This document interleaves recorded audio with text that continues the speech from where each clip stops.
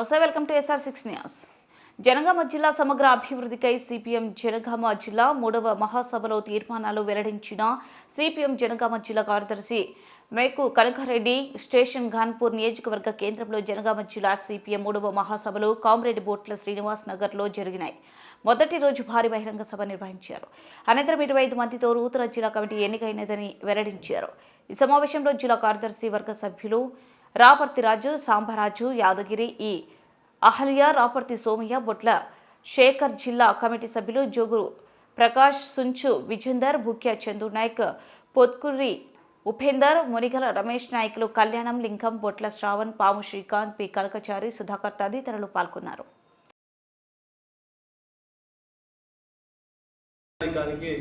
ధన్యవాదాలు తెలియజేస్తూ ముఖ్యంగా జనగామ జిల్లాలో ఆ 2 రోజుల పాటు జరిగినటువంటి మహాసభలో 15 రకాల తీర్మానాలు చేయడం జరిగింది.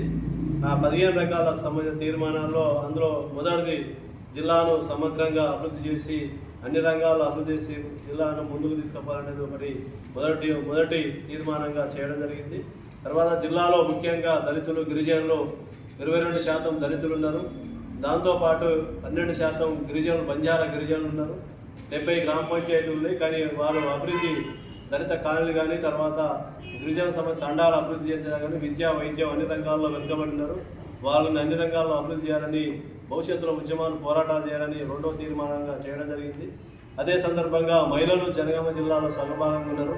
నేటికి ఆర్థిక సమాజంలో కూడా అణచివేతకు, తర్వాత వరకట్న వేధింపులు, హింసకు గురి అవుతున్న పరిస్థితి ఉంది. ఈ మహిళల సమస్యల మీద కూడా సిపిఎం జనగామలో ఉద్యమాలు చేయడం జరుగుతుంది. భవిష్యత్తులో కూడా ఈ మహిళా రక్షణ కోసం, అభివృద్ధి కోసం ఉద్యమాలు పోరాటాలు చేయాలని 3వ తీర్మానంగా చేయడం జరిగింది. 4వది జిల్లాలో పెద్ద ఎత్తున జిల్లాలో బెల్ట్ షాపులు నిషేధించి ప్రజల్ని కాపాడాలని 3000 వరకు సుమారు బెల్ట్ షాపులు ఉన్నాయి.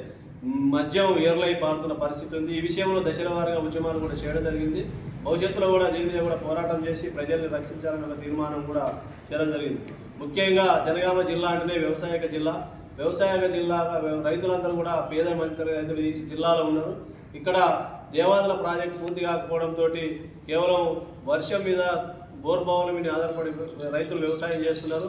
పెట్టుబడులు అందక, గిట్టుబాటు ధరలు లభించక రైతులు ఇబ్బందులు పడుతున్న పరిస్థితి కూడా ఉన్నది. ఇది రైతాంగాన్ని సమగ్రంగా అభివృద్ధి చేసి రైతులను ఆదుకోవాలని 4వ తీర్మానంగా 5వ తీర్మానంగా చేయడం జరిగింది.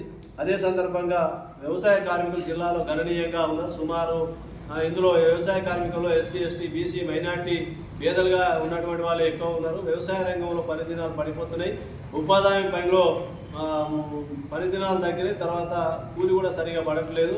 వీళ్ళను సమగ్ర సమస్యల పరిష్కారం కోసం ధరలు పెరిగి ప్రజలు తీవ్రమైనటువంటి ఇబ్బందుల్లో ఉన్నటువంటి పరిస్థితి కూడా ఉంది.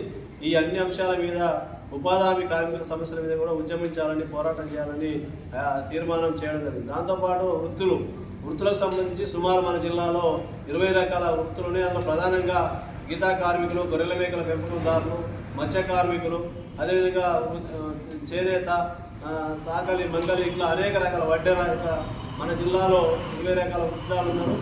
ఈ ఆర్థిక సమాజంలో వస్తున్నటువంటి మార్పులకు అనుగుణంగా వృత్తులు ఆధునీకరణ చేయకపోవడంతో వృత్తులని కూడా అంతరించిపోయి ఉపాధి కోల్పోతున్న పరిస్థితి ఉంది. కాబట్టి వృత్తులను ఆధునీకరించి ప్రభుత్వం ప్రోత్సహించి వాళ్ళని అన్ని రంగాలుగా అభివృద్ధి చేయాలని చెప్పేసి మరో తీర్మానం చేయడం జరిగింది. దాంతోపాటు జిల్లాలో మీ అందరూ కూడా తెలుసు, జనగామ జిల్లాలో సుమారు 30,000 మంది వరకు ఇళ్ల స్థలాలు లేనటువంటి పేదలు ఉన్నారు.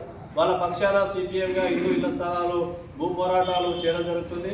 ముఖ్యంగా ఇందులో ఇల్లు లేనటువంటి వారందరికీ కూడా ఇళ్ల స్థలాలు ఇవ్వాలని చెప్పేసి, అందరికీ ఇందిరమ్మ ఇళ్ళు ఇవ్వాలని చెప్పేసి, ఇప్పటికే గుడిసెలు వేసుకున్న వాళ్ళకి పట్టాలించి కనీస సౌకర్యాలు కల్పించాలని, ఇందిరమ్మ ఇళ్ళు జనగామలో నిర్మించుకున్న పేదలకు వాళ్ళ కనీస సౌకర్యాలు కల్పించాలని ఇలాంటి డిమాండ్ కూడా, ముఖ్యమైన డిమాండ్ తీర్మానం కూడా చేయడం జరిగింది. దాంతోపాటు ఉద్యోగ సమస్యలు కూడా జిల్లాలో ఉన్నాయి. వాళ్ళకి సిపిఎస్ రద్దు చేసి ఓపీఎస్ విధానాన్ని రద్దు చేయాలని, 317 జీవోలు ఉన్నటువంటి లోపాలను సరిదిద్దాలని, ఈహెచ్ స్కీమ్లో ఉన్నటువంటి లోపాలను సవరించాలని చెప్పేసి, సమాన పనికి సమాన వేతనం ఇవ్వాలని చెప్పేసి, ఇట్లా వారి సమస్యల మీద కూడా మేము ఉద్యోగ సమస్యల మీద కూడా తీర్మానం చేయడం జరిగింది. ఆ సమస్యల పరిష్కారం కోసం కూడా ప్రయత్నం చేస్తాం. జిల్లాలో అసంఘటిత రంగ కార్మికులు చాలా గణనీయంగా ఉన్నారు. అందులో భవన నిర్మాణ రంగంలో పనిచేసేటువంటి, ఆటో నడుపుకునేటువంటి వాళ్ళు, ఇట్లా అనేక హమాలీ కార్మికులు, ఇట్లా చాలా అసంఖ్యాకంగా ఉన్నారు. అసంఘటిత రంగ కార్మికులకు వేతనాలు లేవు, తర్వాత పిఎఫ్ ఈఎస్ఐ సౌకర్యం లేదు, పని భద్రత లేదు, సమాన పనికి సమాన వేతనం లేదు. ఇవన్నీ కూడా అసంఘటిత రంగ కార్మికుల సమస్యల పరిష్కారం చేయాలని కూడా ఒక తీర్మానం చేయడం జరిగింది.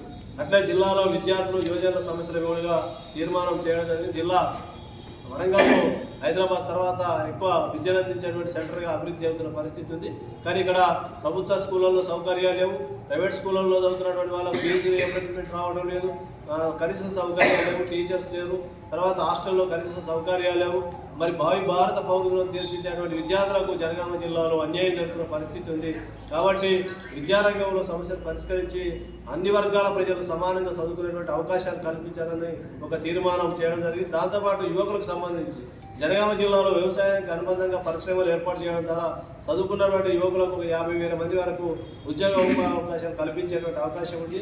దాని మీద కూడా మేము ఒక యువతకు ఉపాధి అవకాశాలు కల్పించాలి, ఉద్యోగ అవకాశాలు కల్పించాలని ముఖ్యమైన తీర్మానం చేయడం జరిగింది.